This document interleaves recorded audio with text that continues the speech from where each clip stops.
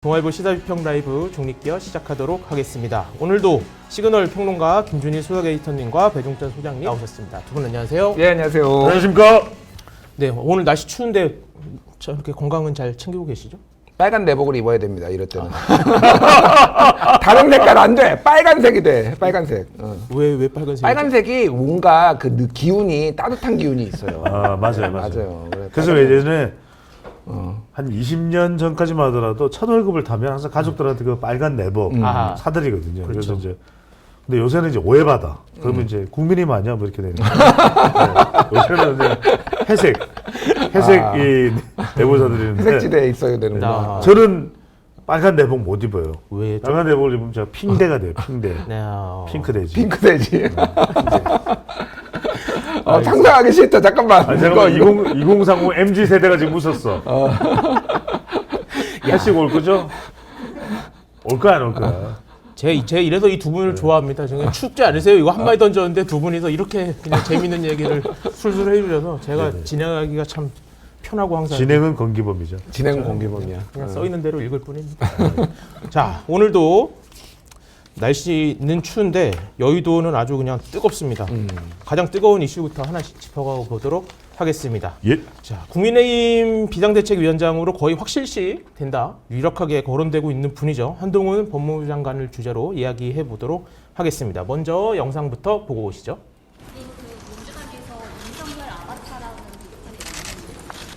저는 모든 공직자와 정치인은 국민을 위해서 일하고 협력하는 관계라고 생각합니다.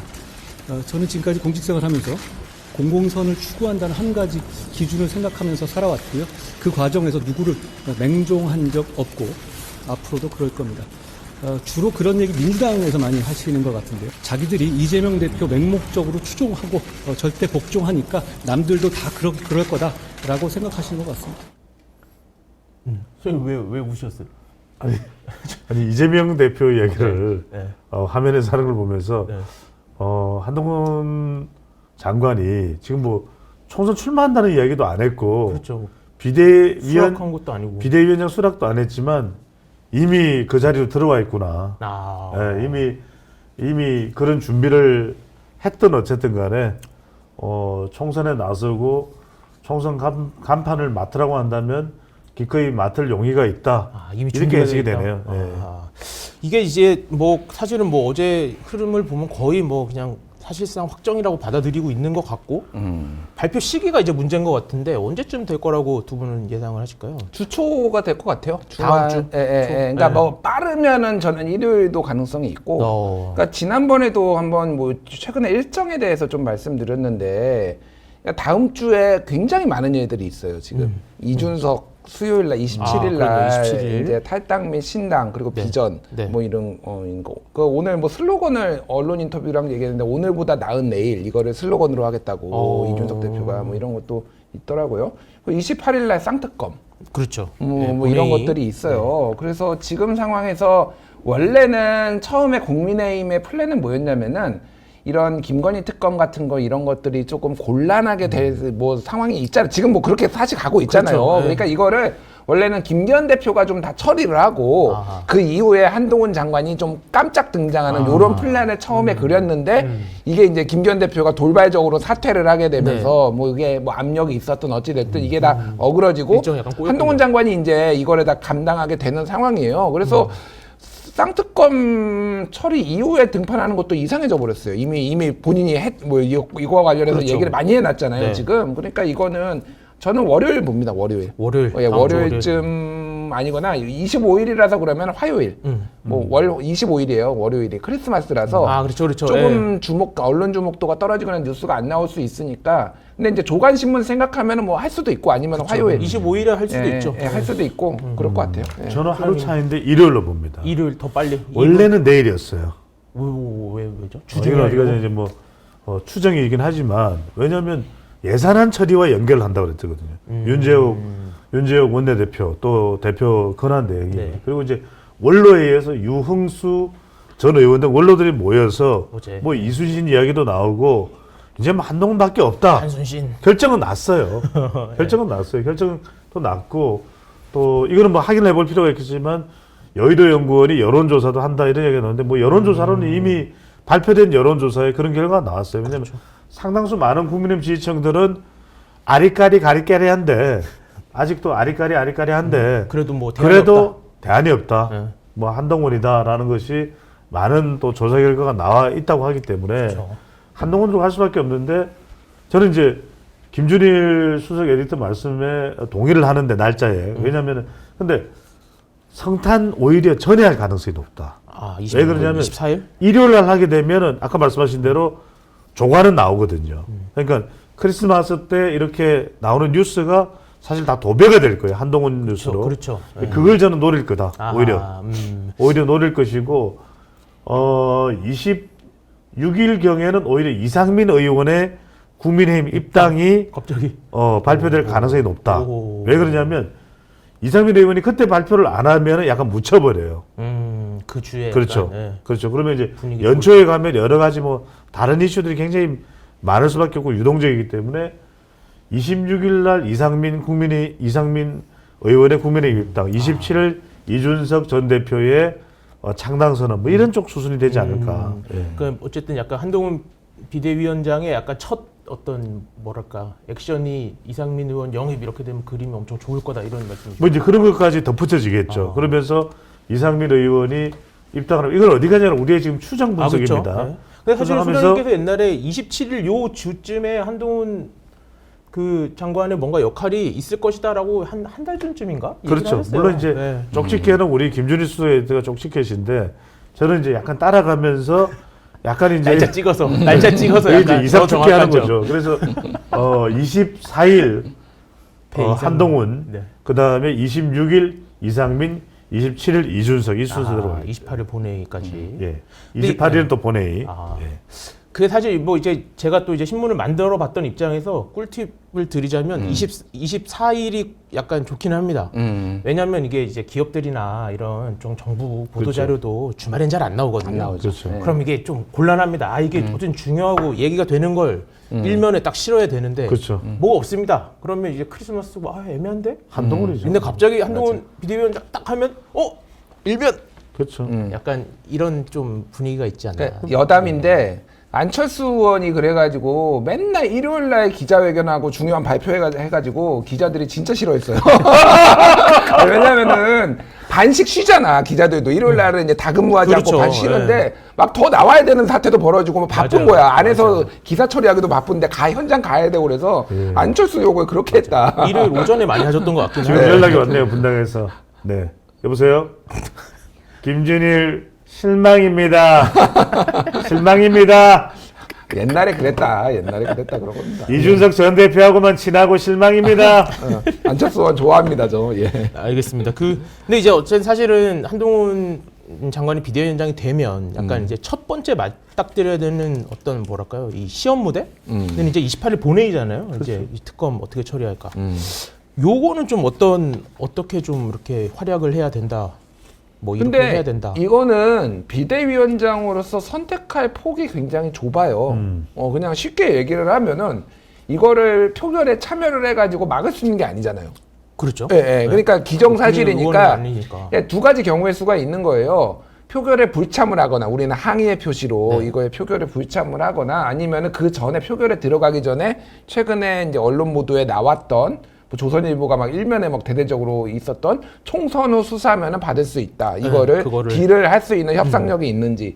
근데 후자는 일단은 되게 저는 회의적으로 보고 가능성이 낮다라고 보는 게 두 가지가 돼야 돼요. 그러려면은 한동훈 장관이 그 정도의 협상력과 상대 당과의 신뢰가 있어야 되는데 한동훈 장관 민주당의 스탠스는 거의 한동훈에 대해서는 증오에 가깝습니다. 그 사이가 좋을 수가 사이가 없죠. 좋지도 예. 않고 그런 거에 딜을 하는데 익숙하지도 않아요. 한동훈 장관이. 네. 그러니까 그리고 뭐 안 할 이유가 없다. 민주당에서는 계속 그렇게 얘기를 했기 때문에 그 가능성이 높지 않고 그래서 그냥 표결 참여 안 하는 걸로 그냥 무난하게 갈 것 같아요. 이게 뭐 어떻게 그 다른 정도의- 방법조차가 없어요. 이게. 예. 뭐 협상하고 이런 거 없이 그냥 소장님 저는 오히려 일종의 이 역발상이죠. 저는 받겠다고 할 것 같아요. 받겠다 그냥 네. 통과시키자 하자. 네, 네. 왜냐면 또 통과를 막을 수는 없잖아요. 네. 그래서 다만 저는 이제 조건을 달 것 같아요.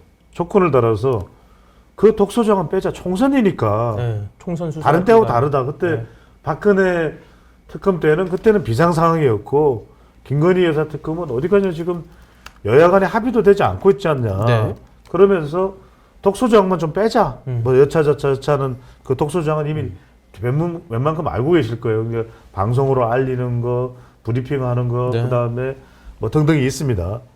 그 부분에 대해서는 조건부로 달고 받아들이겠다고 이야기를 할 거예요. 그러면은 민주당이 그거 수용하겠습니까?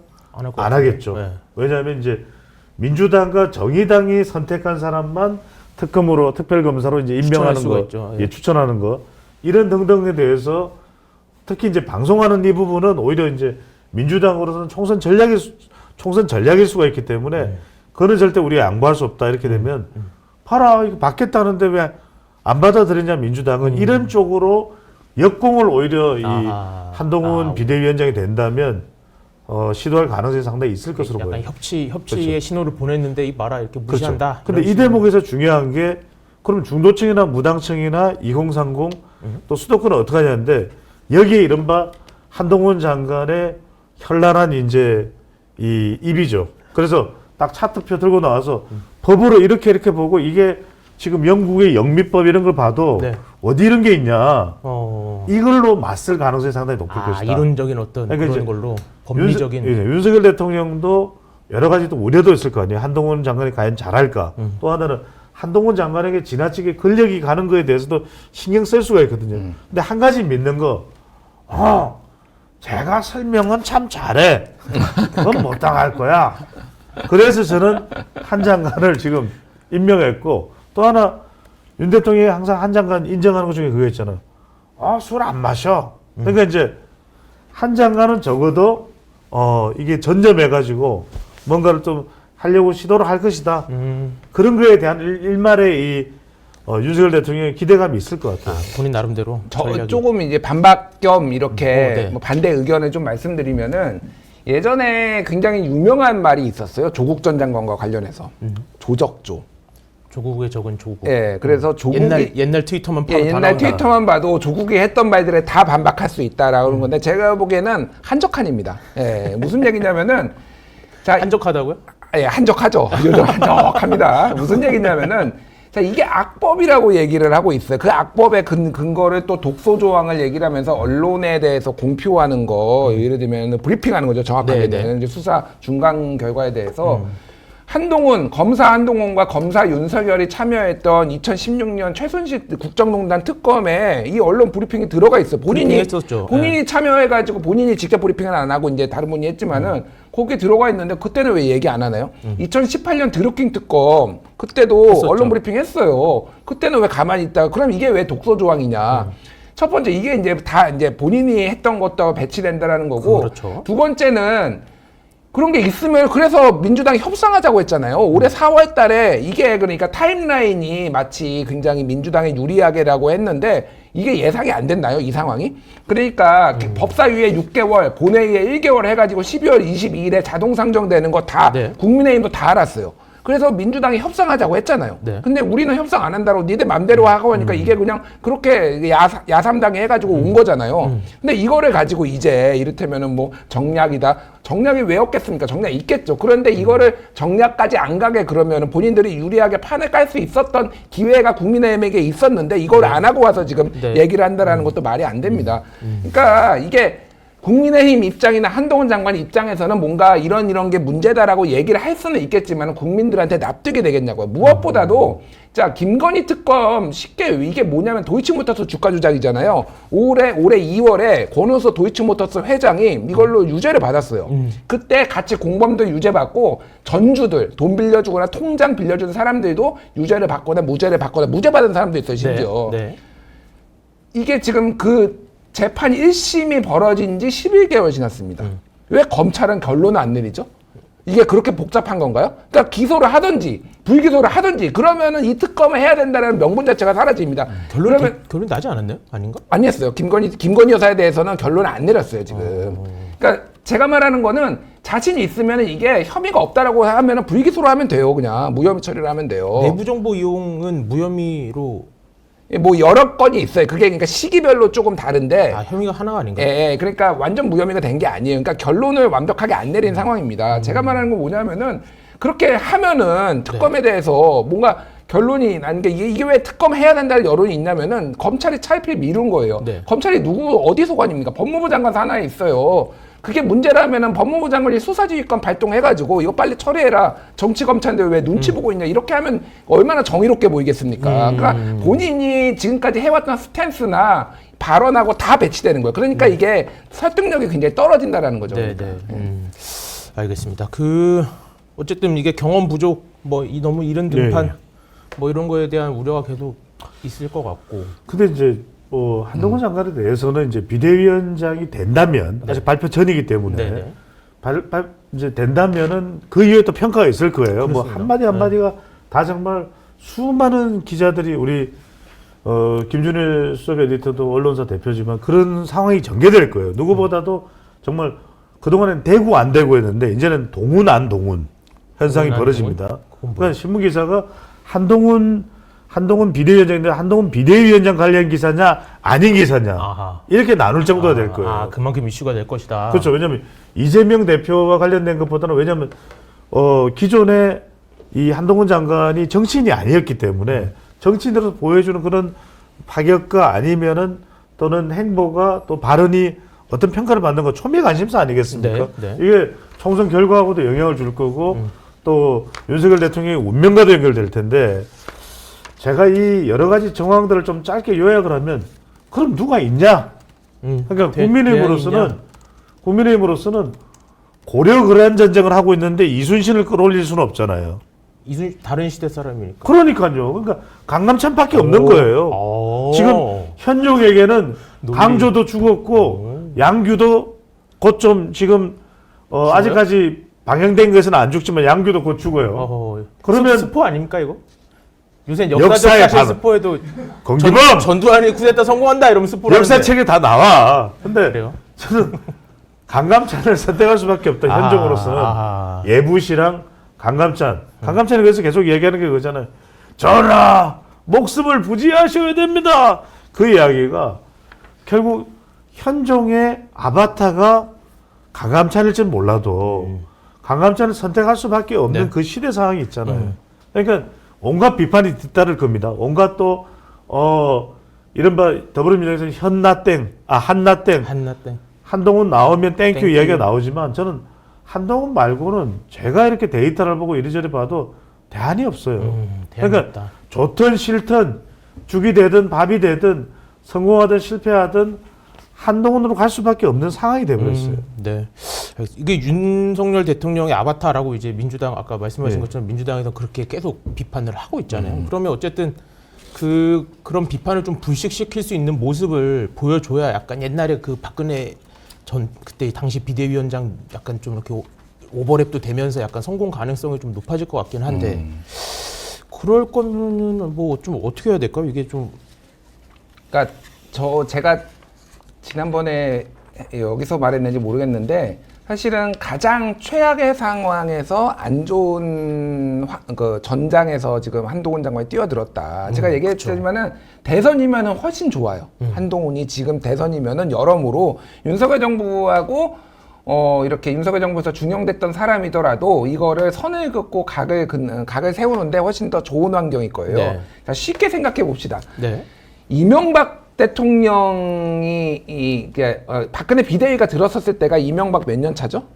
거의 말년 아닌가요? 말년이에요. 4년 말기 이제 5년 초 2011년. 요때였어요. 2011년부터 2012년까지 갔으니까 이제 5년 차 들어갔습니다.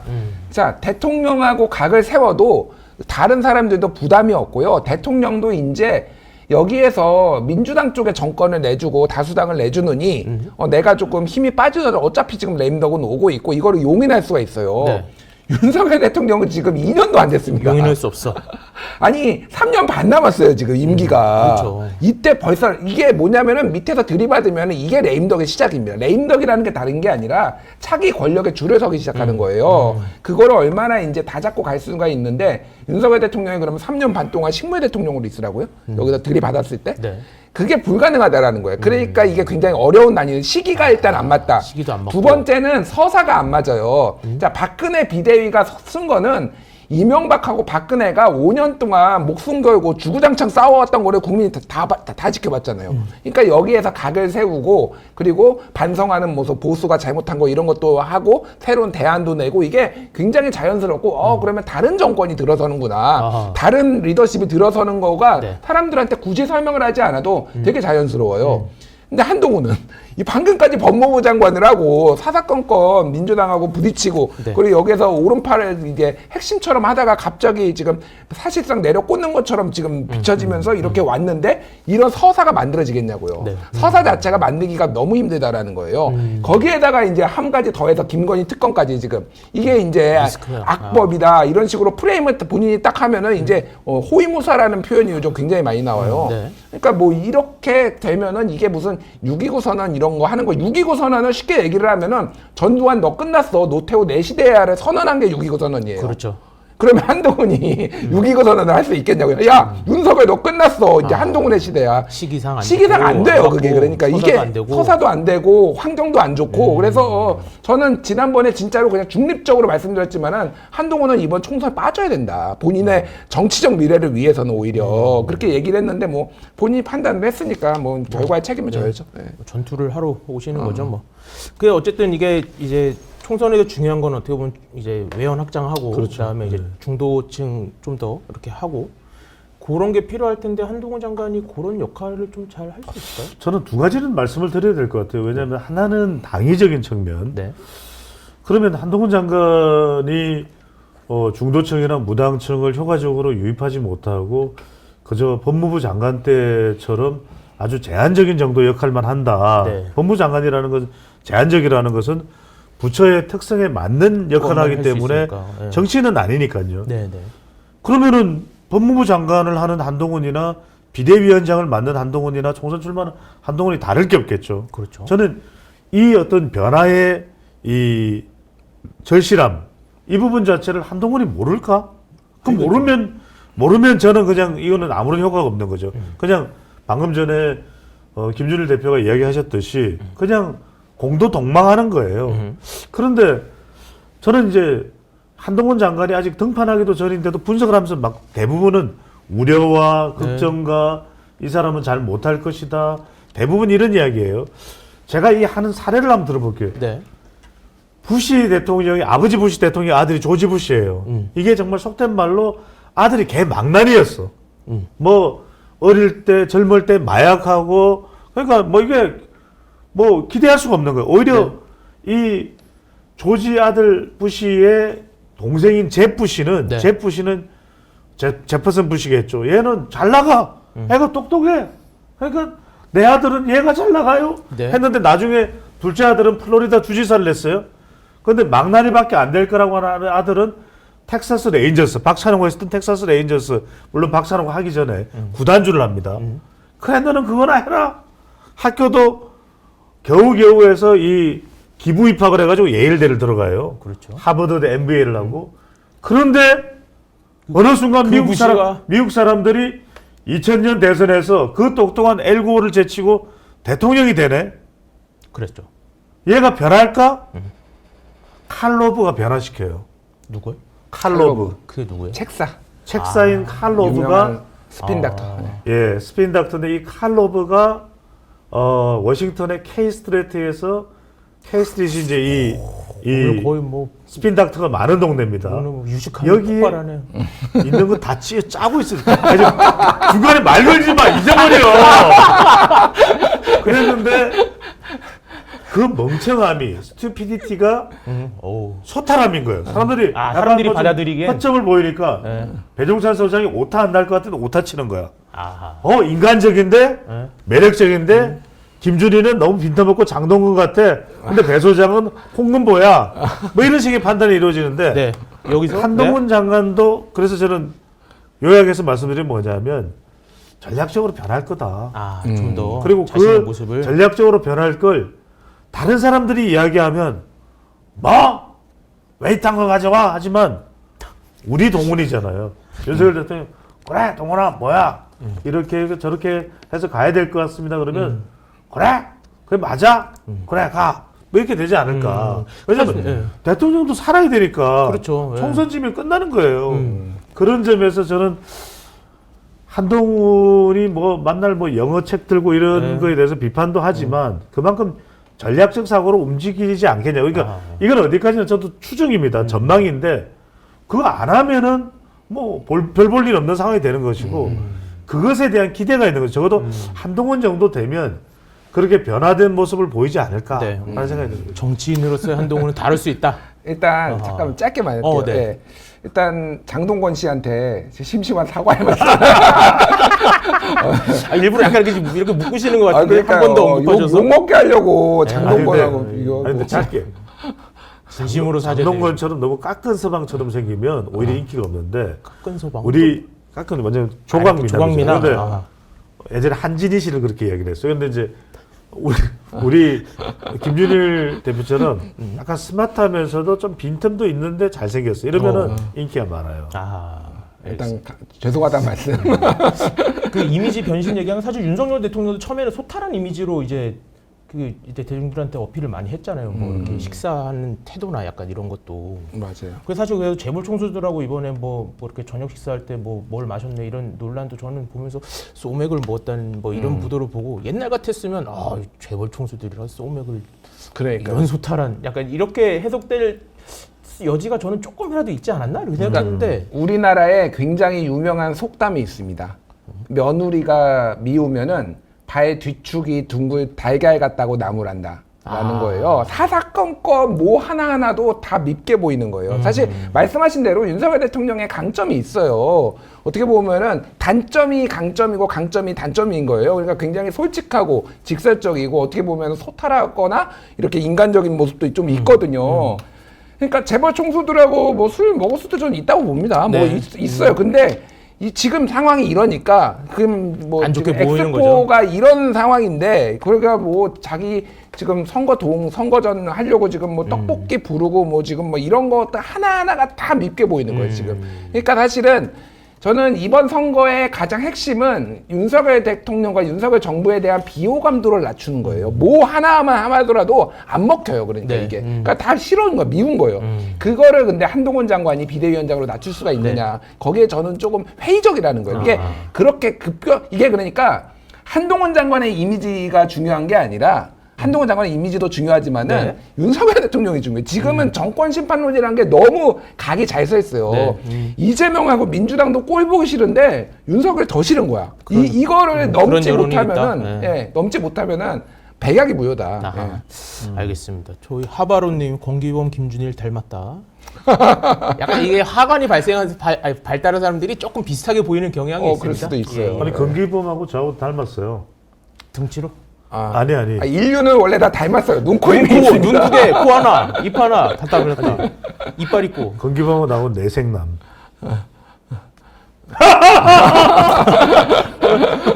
귀신이 그렇다. 또 지나간다. 오늘 재밌는데 귀신도 자주 지나가네요. 네네. 귀신도 구독하는 중립기업 두 분의 한 줄 평 들어보도록 하겠습니다. 소장님 거부터 먼저 한번 볼까요? 예. 오늘은 많이 하고 싶었는데 오. 한 줄 평을 하나만 요구를 하셔서 자 판판으로 했습니다. 판판. 그래서 한동훈 등판, 이재명 심판 이걸 국민의힘은 한동훈 장관에 대해서 이제 한 줄 평을 요구하셨으니까 결국 한동훈 등판을 한 거는 결국 법으로 밀어붙이겠다. 그러니까 계속해서 윤석열 대통령과 한동훈 장관이 강조하고 리글 어프로치요. 여기에 대해서 여러 가지 지적하는 사람도 많습니다. 그러니까 윤석열 대통령도 계속해서 공식적인 답변은 안 내놓지만 이재명 대표를 안 만나는 이유가 바로 리글 어프로치. 혐의자, 범죄자하고는 못 만나겠다. 그렇죠. 한동훈 장관도 그럴 텐데 근데 한동훈 장관은 비대위원장이 되면 저는 이재명 대표를 만날 거예요. 그러니까 윤석열 대통령은 오히려 낯을 가려 안 만나. 네. 근데 한동훈 장관은 비대위원장이면서 면전에다 대고 네. 중대범죄다 이런 이야기를 할 가능성이 상당히 높을 것 같아요. 그래서 아유. 그동안에는 조금 낯을 가진 윤석열 대통령이었다면 네. 한동훈 비대위원장이 되면 전면에 대놓고 이재명 대표의 뭐 제목을 다 이렇게 막 이렇게 읽으면서 그렇게 할 가능성이 상당히 높을 가능성이 있을 거예요. 네. 김준일 수석 에디터님의 예, 평 볼까요? 상유 시비는 맞고 전략은 물음표 이렇게 얘기를 상유 했는데 시비가 뭐죠? 예, 상유 시비가 저기 이순신 장군이 네. 그렇죠. 신에게는 12척이 12척의 배가 남아 있습니다라고 네. 하면서 이제 상소가 아니라 편지를 쓴 그 내용이에요. 네. 상유 시비 그래서 많이 나옵니다. 어후. 자, 지금 상황을 보십시오. 그때 이순신 장군하고 비교를 한 게 어제 나왔으니까 제가 네. 이순신 장군 예를 든 거예요. 임진왜란 때처럼 지금 국민의힘이 잿더미가 됐습니다. 쓸 수 있는 자원이 거의 없어요. 네. 거기에 그 나라의 가장 최고의 장수인 이순신과 네. 그 한동훈이 등판을 해가지고 뭔가 구원을 해야 되는 상황도 맞아요. 최선의 인적 자원은 맞다. 자, 네. 그리고 선조가 무능했듯이 윤석열 대통령도 무능하고 평판이 안 좋아요. 그것도까지 심지어 맞아요. 평판이 안 자, 좋아요. 그런데 그러면은 명량대첩이거든요. 명량해전. 네, 예, 그러면은 어떻게 이길 거죠? 제가 말하는 거는 전략이 뭐냐고요. 한동훈 장관한테 물돌목으로 몰아가지고. 그러니까요.